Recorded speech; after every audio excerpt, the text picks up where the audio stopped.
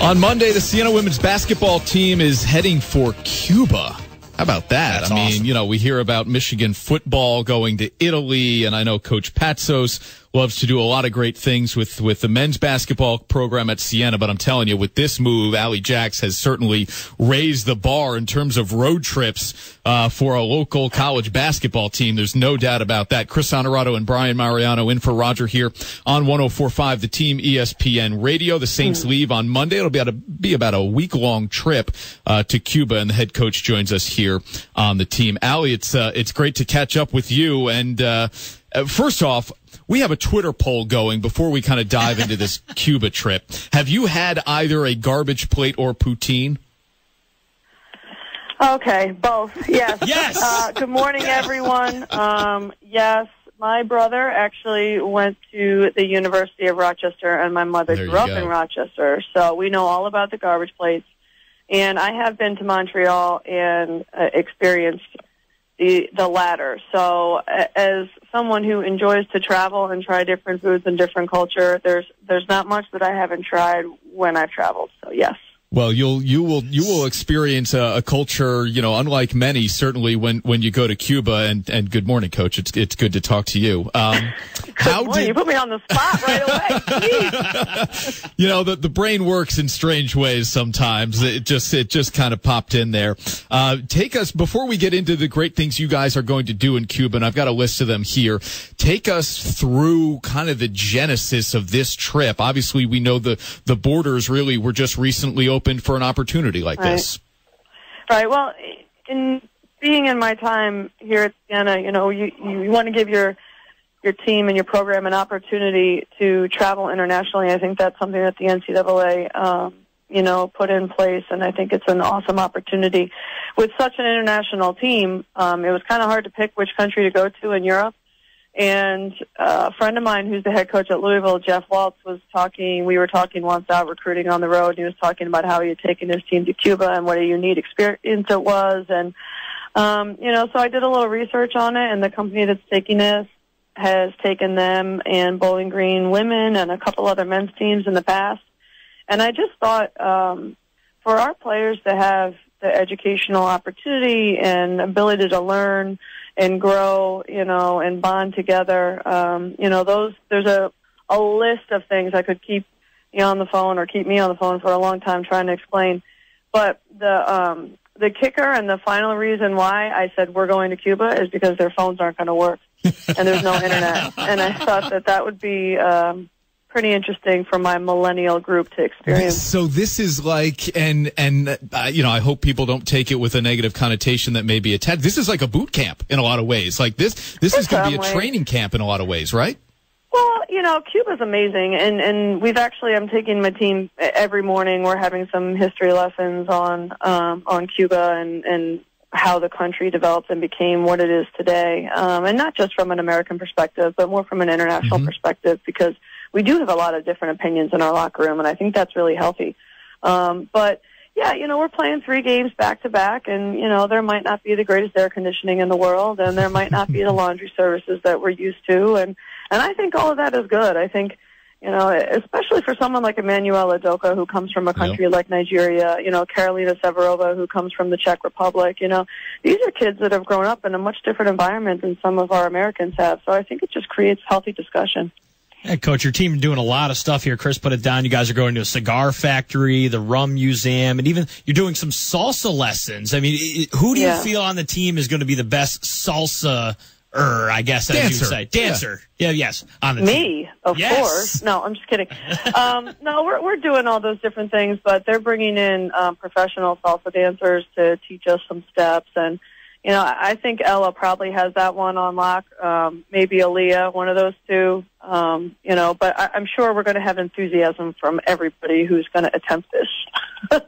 So I want to see there be some Victor Cruz-esque like salsas after winning games this season. It could be possible. It could happen after games. I don't know. I won't make any promises, but as long as people are coming to our games, we'll salsa dance. What the heck? Absolutely. And I get a celebration after a little and one. Right? Yeah. A little salsa dance.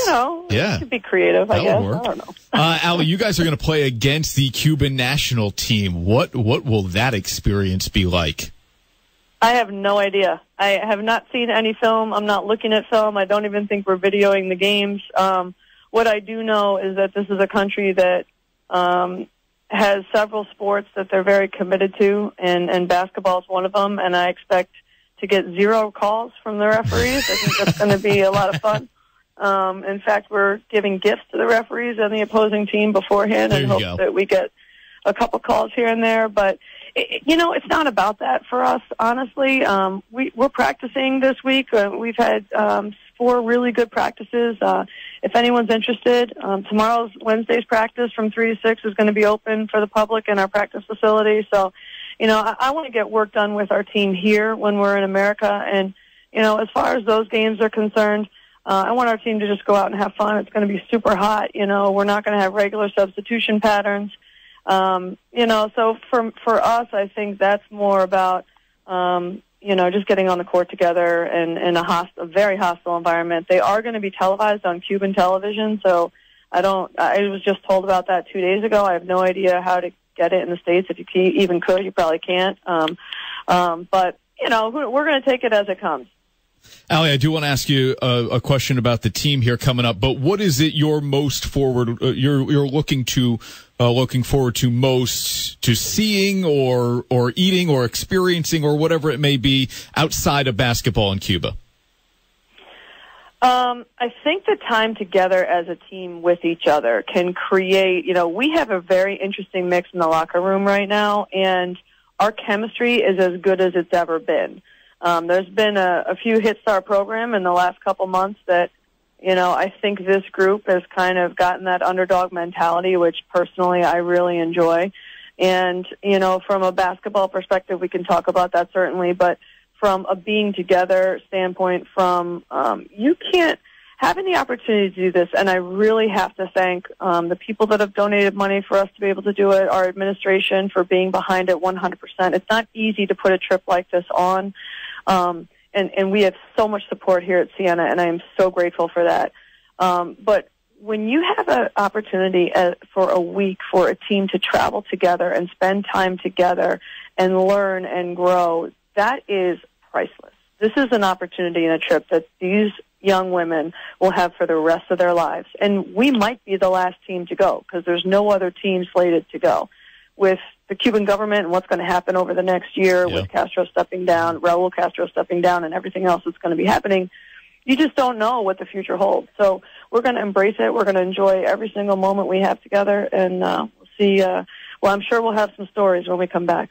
Well, yeah, I hope to get some of those stories because I've been trying to convince some of my friends to go on a trip to Cuba, and so far I've been unsuccessful. But I'm hoping you can help me sway them the other way. I know you mentioned people who have helped in terms of donating money and helping out along with this trip. If you go to SienaSaints.com, it's a very user-friendly website. Hover over the sports section. You can click on women's basketball.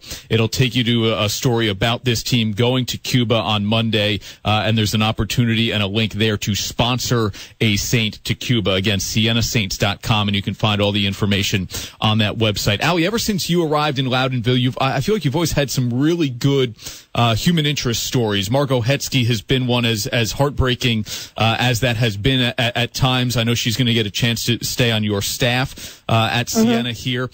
You mentioned Emanuela Udoka, everything she has overcome. On the court, though, this year, what is this team made of? You mentioned some of the changes. Yeah, I think we're going to have pretty good balance. Megan Donahue had such a stronghold at our center position for 4 years, starting every single game. And we've lost a lot of scoring between her and some transfers. So it's interesting to see who's going to step into those roles as far as scoring goes. I really like what I've seen from our freshman point guard, Dee Dee Winston, so far. She's done a great job coming in and understanding things quickly and picking things up, and she's really, really explosive. I've been really excited about her.